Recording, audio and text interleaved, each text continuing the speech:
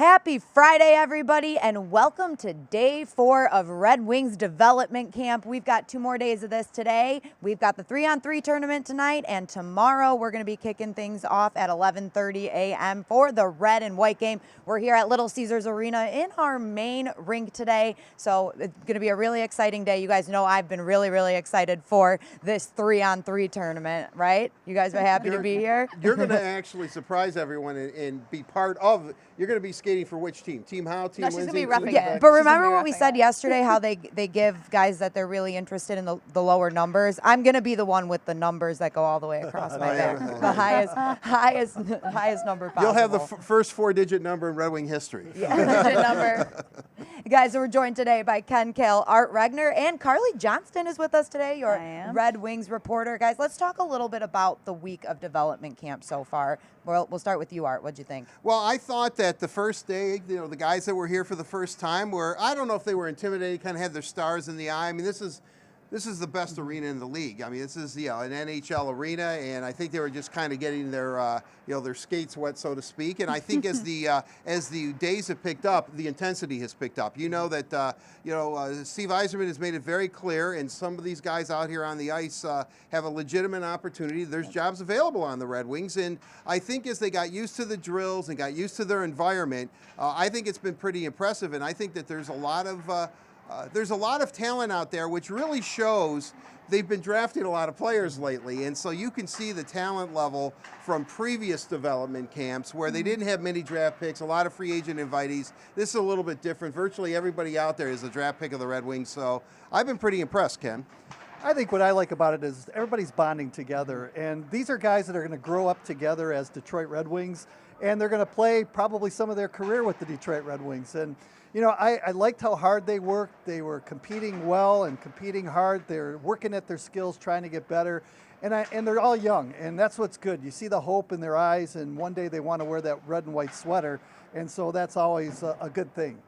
You can tell they're really grinding. I mean, all these guys are fighting for a spot on this team. They're grinding, and it's been pretty intense out on the ice. I've seen a lot of the off-ice training as well. And it's just been one of those things where, you can tell these guys are dripping sweat every single day, just gunning for the spot. To wear that red and white sweater out on the ice. It's been a long week. It has been a little bit long. It's really interesting. Ken talked about bonding, and Carly's down there on the ice, and she saw the intensity level. I was talking to Jack Adams, and he and is it Guarve, the young Groove? They were out in the corner, and Ken, and they're cross-checking each other. I mean, they're going at it once in a while. So I talked to Jack. I go, "Hey, you and Groove, I mean, what was going on there?" He goes, "Oh, I love that guy. We've exchanged numbers." He goes, "He's a lot of fun. We're having a great time out there." And and actually, I mean, they're the old BC two-handers and all that stuff they were doing to each other. But that's part of the bonding. That's part of being a teammate, which is really interesting too. Is that even though they're competing for jobs and they want to impress everybody, they're all in the same boat. They're all about the same age. They all have the same reference points. They all want to be Red Wings. So in a strange way, they are bonding as a team, and they're kind of rooting for one another and even though they're competing against one another. And obviously the compete level is really high out there. They're all trying to prove something. But Carly, you got to interview a couple of them one-on-one, and their personalities seem to shine through a little bit. It looks like they're all having fun with it. I will say the number one personality has been Moritz Seider. I went down there, was interviewing a couple guys. All of a sudden, he's behind me waiting for an interview. I was like, "Oh, hey, bud. Welcome." So, I mean, his English is great. That's one thing I've been really impressed by, as well as their skating, is their English is really good. So it's made my job easy. They're all excited to be here. I mean, they're all just really happy to be at Little Caesars Arena with the winged wheel on their jersey. So, I mean, it's been an exciting week. And they definitely have big personalities. I'll tell you that much. I like it, though. It makes it really fun. That's a really good point, Carly, about, for fans that are coming to the 3-on-3 game tonight, and also fans that have been watching during the week, it's good to see these guys on television being drafted. And then all of a sudden, a couple of days later, they're right here, and you can see them up close and personal. Hey, I like Mo Seider. I think he's got a lot of potential. I like the way he worked out there on the ice. He's a work in progress, but I think he's got the size and strength, and I think down the road he's going to be a really solid Red Wing. He has size and strength, but he also has that hockey flow. You know, the lettuce coming yeah. out of that helmet. Well, the thing that and I know I keep dwelling on this, but the thing that you have to be impressed with, the DEL, the German league, is a professional league. He plays against men. He's 17, 18 years old, and he's the rookie of the year. So when I say fast track, I think that he's mentally, I think he's probably already there with a professional mindset. I think, he bulks himself up a little bit. He could really be fast-tracked in Detroit because, let's be honest, the Red Wings need defensemen. Yep. He's a right-handed shot. He can run a power play. I mean, or at least he's told me he can run a power play. We'll see. And so that would be big. That would really be big. We'll touch more on him a little bit later, guys. We know the 3-on-3 tournament tonight, 6 p.m. is the start time for that, and we've been counting down our favorite overtime game winners from the season in honor of that 3-on-3 tournament. So here it is, our number 1 pick. Larkin moves away from good roll, has an opening, backhand, scores! Larkin, another overtime goal for him. The Red Wings charge out onto the ice, and the Red Wings beat the Predators 4-3 in overtime. Again, the 3-on-3 tournament, that's tonight at 6 p.m. You can watch it live right where you're watching right now. You've got Facebook, Twitter, YouTube, and DetroitRedWings.com. And guys, that was Dylan Larkin again. He was our number 2 and number 1 spot. He had a few of those overtime game winners last season, but that one just stuck out. That was home against Nashville, and we joked about his celebrations a little bit yesterday. He sellies pretty good, right? He's a good cellier. It's hard to believe he's been in the National Hockey League now for, 4 years? Yeah, 4 years. And it wasn't that long ago. He was at a development camp, and he has just come so far. And boy, last year was just a terrific season for Dylan Larkin, and I think down the road he's going to wear that C. What do you think? I know Art definitely. thinks I would so. be really surprised if we don't see him. Well, with I the was at his C on. hockey school Monday, and I almost had a ceremony myself, giving him the jersey. So Whose Did you team bring is the C this, with Art? you? Or? He only asked him about 3 times. Yeah, I what asked it'd him. be like. After a while, he was joking. He said, "Can we move on to something else?" But but I'll be honest with you. I think one of the iconic photos in Red Wing history will be when he and Steve stand together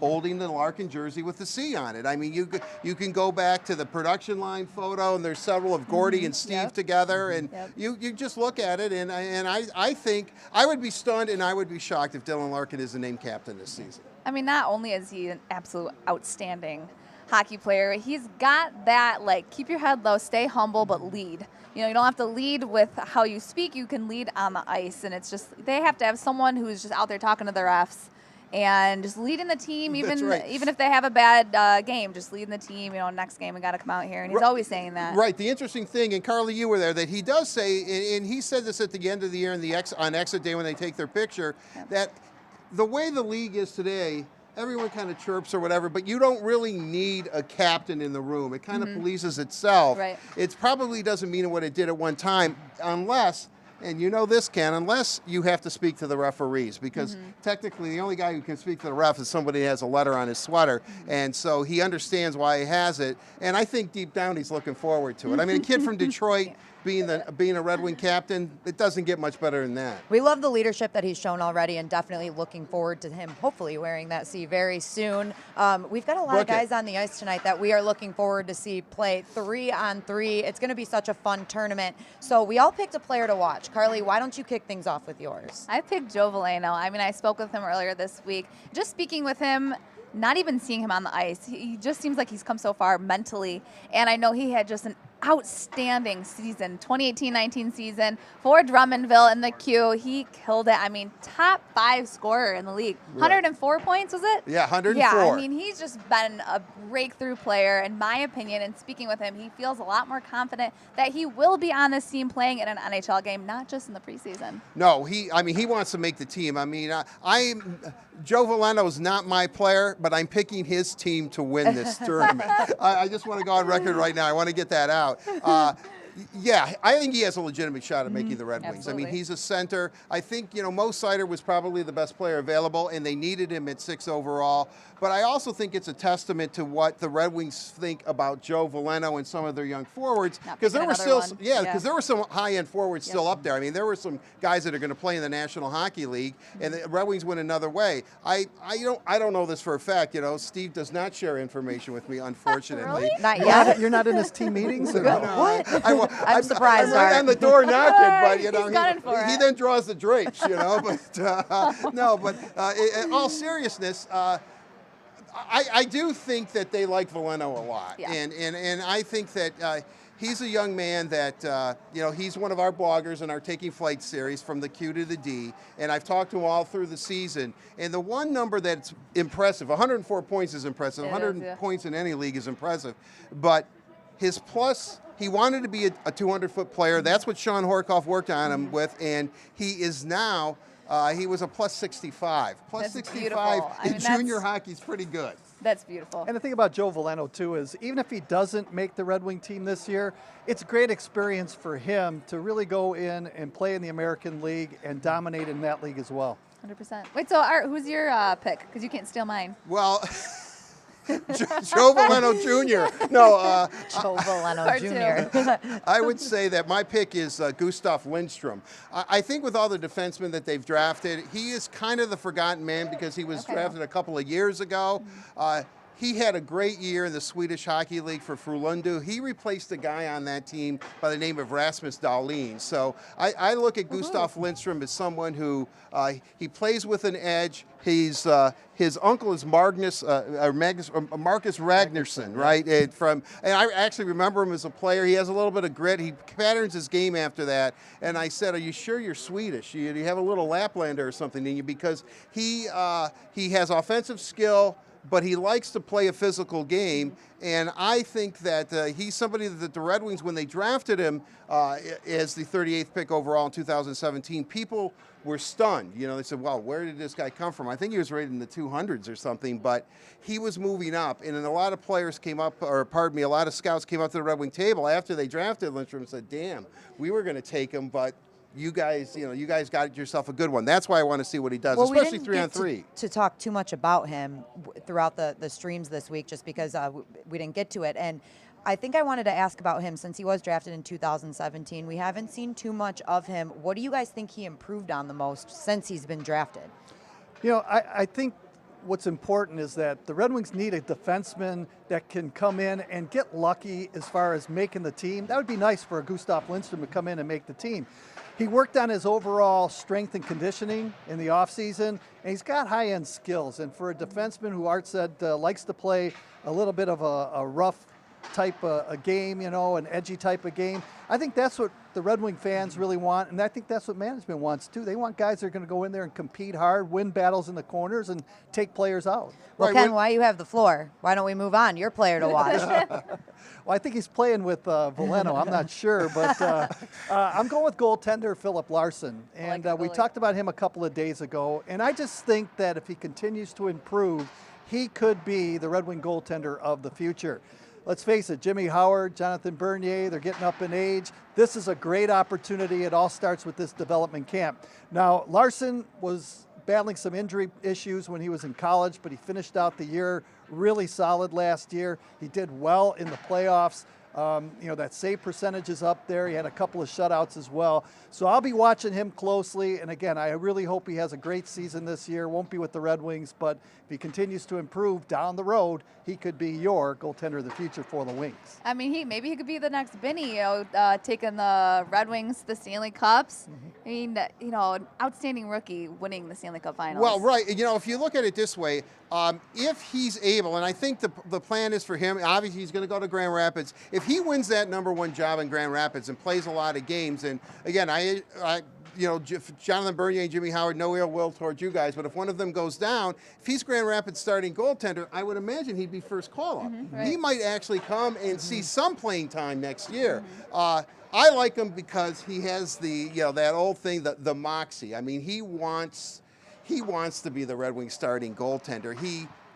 it's on the tip of his tongue to come right out and tell you that, but he knows I got to be a little stay humble. humble, You know, yeah. I'm Swedish #1 and I'm a rookie, so I guess I better temper it. But and you know, he said, I'm not going to play in Detroit next year. That's not my goal. My goal is to go to Grand Rapids and be the very best that I can be and learn at that level. So he has his head on straight. But if he is their starting goaltender and something happens to the Red Wing goaltending up here, and you know, injuries are a part of professional sports, who knows? Maybe he gets a shot. I mean, we saw Caden Fulcher last year, and I don't think anybody thought that was going to happen. The league always has surprises, and I think that's what the Red Wings need. They need a guy that can come in and really play well and maybe be a surprise pick in that they make it out of camp. Dylan Larkin was the same way, and I remember Coach Blashill talking about Dylan Larkin. He said, look, we tried to think of every reason in the world to send him down, but he was just the best player in the exhibition games and also in practices, so he had to stay with the team. I'd like to see a youngster make this club, and you know, they're not going to be given jobs. They're going to be out there and earn them, and I hope one of the youngsters earns a job on this team. Well, let's talk about my player to watch. He's definitely a youngster. I kind of went with the obvious one. We're all interested to see our German 6th round pick, or I'm sorry, 6th overall pick, not 6th round. Let's not say that. 6th overall. He'd be a real Moritz steal. Seider. Yeah, that would have been a real steal. Oh. 6th overall pick. Someone's Moritz getting Seider, a bonus right? in the scouting room if he picked in the 6th round. Or someone's getting fired on another team for letting him fall No, to the that's 6th round. probably more like it. Yeah, so 6th overall, it was kind of unexpected. We were all kind of waiting to see one of those forwards from the U.S. national team get called. There was Cole Caulfield on the board. Dylan Cousins was on the board. But we said Moritz Seider. He's a big defenseman and kind of what the Red Wings have been looking for. They need to build up that blue line. So I'm really excited to see him play. We all haven't really seen him play too much, right? I mean, we've seen video and everything, but not in person, not against other guys that are trying to make the team. So I'm excited to see him compete and where he fits in with the rest of these prospects. Well, The other thing, too, about Mo Seider is that he's a right-handed defenseman, shooting defenseman. Right. They're hard to come by. They really are. And so anytime you can stockpile those right-handed defensemen, the Red Wings have a number of them now, you're in good shape.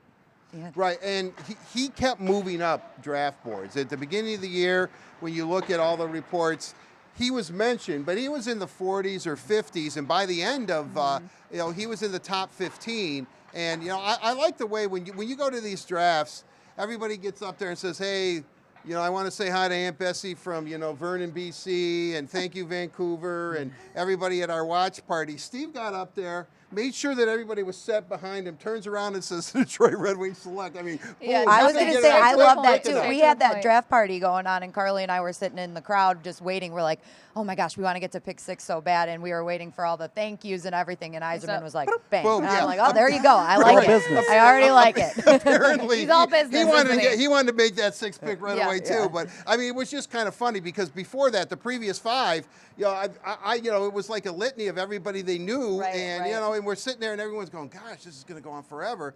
Well, Steve kind of cut it short, and I think a lot of teams after that followed his example. So, Look at but Let's it wrap was this just, up, it was just yeah. kind of funny. It was just Everyone's going to follow Steve Eiserman's example. Well, though, that's right? pretty much true. I Well, it was guess. cool too to see Moritz's reaction as well. I mean, no one was as stunned as he was. Yeah, his face. It was amazing. But, you know, like we were saying earlier, we were pretty confident and set with our centers and our forwards.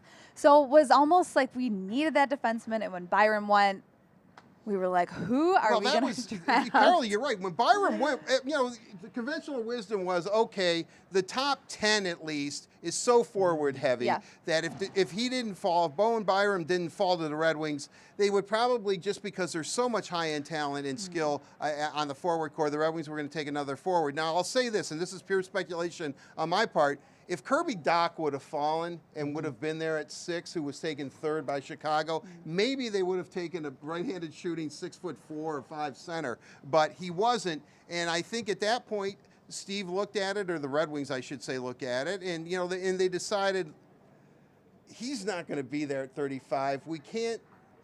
You know, we can't trade down. Ken Holland is picking two picks behind us here. And he took a defenseman. Right, and he took a Yeah. defenseman. So I'm pretty sure that once that happened and Doc did not fall to the Red Wings, they figured, boom, we've got to make the move on him. Because Doc and Byram, Bo and Byram. I mean, I like the move. You take the best available defenseman on their prospect list. And I think that was something when you guys had the chance to sit down with Steve on that Fox Sports Detroit draft review show. He kind of said, our list is different than your list, and it's different from every team's list. So the best defender on their list was taken, and very excited to see him in the 3-on-3 tournament tonight. It'll be the first time most of us see him in action, so that will be a lot of fun. Let's move on to something else fun, guys. We've got another kind of selection process here.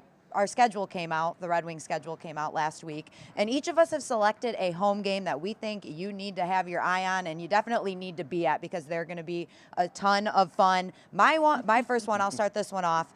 October 27th, we're going to have the Stanley Cup champions in town. St. Louis Blues are going to be here at Little Caesars Arena. Not only are they obviously going to be an exciting team to watch, but October hockey is always pretty fun. You know, it's the beginning of the season. Hopefully in Detroit, we pray that it could still be warm out. You know, everyone can have some fun with that. And then watch the Stanley Cup champions and our Red Wings take the ice. I think that one will be the best. And Art and Carly, you guys both picked games where Toronto's going to be in town. I had What was to. that about? What was that about? I mean, every single time the Maple Leafs are in town, it is such a rambunctious game. Not just on the ice, but in the crowd too. Right. I mean, it's a sea of red, white, and blue, and it's one of those fun games where you cannot lose. So I picked October 12th against the Maple Leafs here at Little Caesars Arena, just because it's a brand new season. It's about a week after we start our home opener here at the arena, and I just know everyone's going to be ready for some hockey, and fans are just Do you guys crazy. think I'm gonna Austin tell you, Matthews is fans going to are wear his I hope not. I don't what know. was Get it, the kid a hockey belt. lace belt? Get the kid a belt. Yeah, somebody needs to buy him one, right? Austin Matthews may not know where he's playing. The first game he played here, the preseason at Little Caesars Arena, he said, wow, it's really red. Well, now with all the black seats, he's like, we're really in Detroit?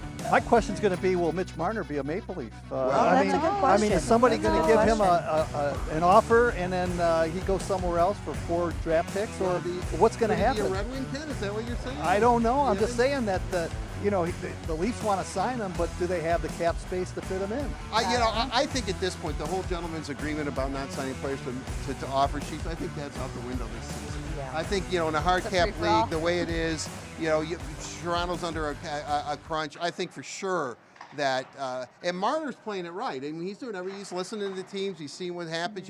The period's open right now where you can talk to, to free agents, either restricted or not, and you can give them an offer sheet, or if they're unrestricted, you can try to work out a deal and then sign them on, which would be Monday, July 1st. So we'll see. So, Carly, that'll be a good game that you picked right there, because we'll see if Mitch Marner is going to be in a there we Maple go. Leaf uniform. That's exactly what I And picked Art, it, they'll Ken. be back in November, which is your game that you picked. So You why picked don't a you good tell us game. why you picked that Well, one? I picked this game more for the date than I didn't even know who the opponent was at the point. At least you admit it. It's the day before, and I know we have a huge Canadian audience, before American Thanksgiving. It's Wednesday night. It's the biggest party day in the year, believe it or not, in the United States. It kind of kicks off the holiday season. Right. And what I really like about it is the Canadian Thanksgiving is on a Monday. And it's a couple of weeks before usually. The only good thing about that is Toronto and Hamilton playing the CFL at virtually every Canadian Thanksgiving Day.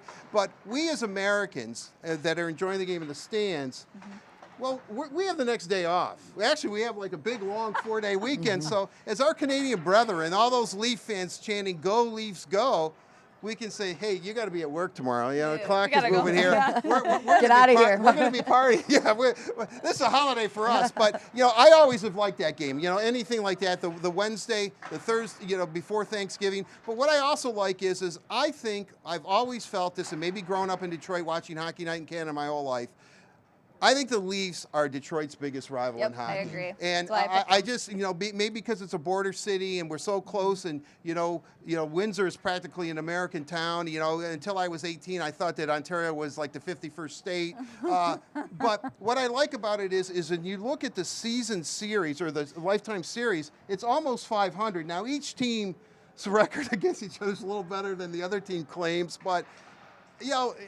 it's so close. They've played so many games together. It's the day before Thanksgiving. Anytime Toronto's in town, you're right, Carly. And the games last year, Ken, were fantastic. The Leafs against show up, these that's teams. for sure. They certainly were, and even the game in Toronto, I believe when Larkin scored an overtime goal and 3-on-3, I thought that was terrific too. So you're right, a lot of Canadian fans here, and it'd be nice for the Red Wings to win a couple of those games in front of the home crowd here. Right. And Ken, you picked another game that's on a holiday. Why don't you talk about that one? Well, it's the New Year's Eve game, and growing up here in Detroit, I've always liked the tradition of the Red Wings playing on New Year's Eve. The Lions have their tradition of playing on Thanksgiving, but for years, the Red Wings always played on December the 31st. And they've got a good opponent this year in the San Jose Sharks. The Sharks had some injury problems in the playoffs, just couldn't get it done. But it's always interesting. We go back to the times when the Red Wings were playing the Sharks when they were in the Western Conference in the playoff series, and that was terrific. So I just think that it's a fun night. It ends the holiday season. Art picked the game that's going to start the holiday season, so hopefully the Red Wings can bank a few wins during that holiday season and bring a lot of joy before January 1st. You know, Ken, let me ask you a question about the Sharks. Do you think that Burns and Thornton's beards will be down to their knees by that time? I mean, they're not going to shave, Maybe they'll right? braid them. I mean, that'd be good. Well, Brent Have Burns some is braids, braiding start his a hair. trend. Did they have a nickname, Rip or something? Rip Van Winkle? Or, Yeah. Wait, another question about the Sharks, though. Gus Nyquist went over there to finish off the season. Do you think he'll still be a Shark come the fall? I don't know. I'll tell you what, there's teams that are interested in Gustav Nyquist, and I think he's holding his cards close to his vest, and he might end up somewhere else. Yeah, I don't think he's going to be a Shark. I mean, I hope he's a Shark because I believe that conditional draft pick, if they sign him, goes up to, instead of a third-round pick, goes up to a second-round pick. And if San Jose would have made it into the Stanley Cup final, that pick also would have become a second-round pick. You know, so selfishly, yeah, it'd be great. But, you know, Gus Nyquist has waited for this this opportunity for a long time. You know, he just had a baby girl, and so his priorities are shifting a little bit, as they should. So he's going to go for the best deal available, which he should. And so whether he's a Shark or not, that Carlson deal, I just don't see that happening. Yeah, I agree with you. I'm not sure where he's going to end up, but I think there's a lot of teams that would like to have Gus Nyquist on their team. He's a shooter. He was great. A great teammate. Yeah, great teammate. awesome. Great guy, too. Yeah. Talking to him, he's one of the most calm, cool, collected guys you'll probably ever talk to. Right. I asked him, he went to the University of Maine, I asked him if he knew Stephen King, and he said no. I mean, I thought everybody in Maine knows Stephen King. Oh, my but God. maybe not. All right, guys. Well, we have all told you our favorite game of the season coming up, but I want to remind you we've got another exciting one for our home opener this year. It's on a Sunday, October 6th. It's against the Dallas Stars. Puck drop will be 7 p.m. for that one. That will be a lot of fun. Dallas is a fun team to have in town, too. Oh, for sure. They've got a lot of personalities on that team. Yeah, Yeah, well, good to see. You know, obviously there's a history between these organizations with Jim Nill, longtime former assistant general manager, former Red Wings player, being their general manager. I guess I'm happy because I did not realize this. Last year Dallas made the playoffs, but the previous 10 seasons they didn't make the playoffs 8 out of 10 years, which is hard to imagine with the roster and the players that they have. So this is a team that's on the upswing. I always like when Dallas comes in. I'm selfish again because I like to talk to Jim Nill and see Jim Nill, but they're a team on the rise. Miro Heiskanen, this was a guy that I know the Red Wings would have really liked. I mean, he is one of the young, up-and-coming stud blue liners in the NHL. He's a superstar. He's someone worth the price of admission just to watch him play, and he's only going to get better. The sky's the limit for him. The other thing, too, is the Red Wings start their first 3 games against Western Conference opponents. And, you start the season, and then Dallas comes into town after playing Nashville, and then you got Anaheim coming into town. Then the Wings go out to Montreal. So you get to see some Western Conference teams here. You come to Little Caesars Arena, and that's always a good start. And you want to bank those points early. And, I just remember, even when Steve Yzerman was playing on the team, and management staff back then said, you know what, you want to get as many points as you can early in the season. Western Conference is a tough conference, but if you can steal some points early, put them in your back pocket, it's going to only help you out at the end of the season. Right. Yeah, they all count too, right? So if you can get them early, bank them, and then who knows? Maybe in the Red Wings case back then, especially, they were able to probably rest a few guys. Didn't Steve go to Florida for a week one time, and Nick would? I think Ozzie took a little time off. Well, Ozzie would just take time off. He'd say, "Yeah, see you in a week." Oh, jeez. Well, guys, we're excited to finish out the week of development camp with you. As I mentioned a few times throughout the stream, we've got the 3-on-3 tournament tonight starting at 6 p.m. All of us will be back to do a little pregame for you, and the first game will kick off at 6:30, and then tomorrow we'll be back for the red and white game again at 11:30 with puck drop being at noon. Guys, thank you all so much for being here, and I can't wait to do the game tonight with you guys, and then tomorrow as well. It's going to be fun. I'm stoked. I'm ready for some hockey. Yeah, I am too. I'm really eager to see. There's a lot of high-end talent that the Red Wings have now. Some really good young prospects, and 3-on-3, always fun. And then tomorrow that red and white game will be a mini battle because guys will really be trying to impress people. Yeah, definitely. And all I got to say is I got about 5 hours to study up on these new names and numbers, so it's going to be a little tough. He was doing it before we started the stream. We'll give you a little quiz before we go on. That's right. Hey, guys, how about some close-up shots of the numbers, okay? Pronunciations. There you go, too, Carly. All right, guys, thank you so much for tuning in, and we'll see you at 6 p.m. tonight.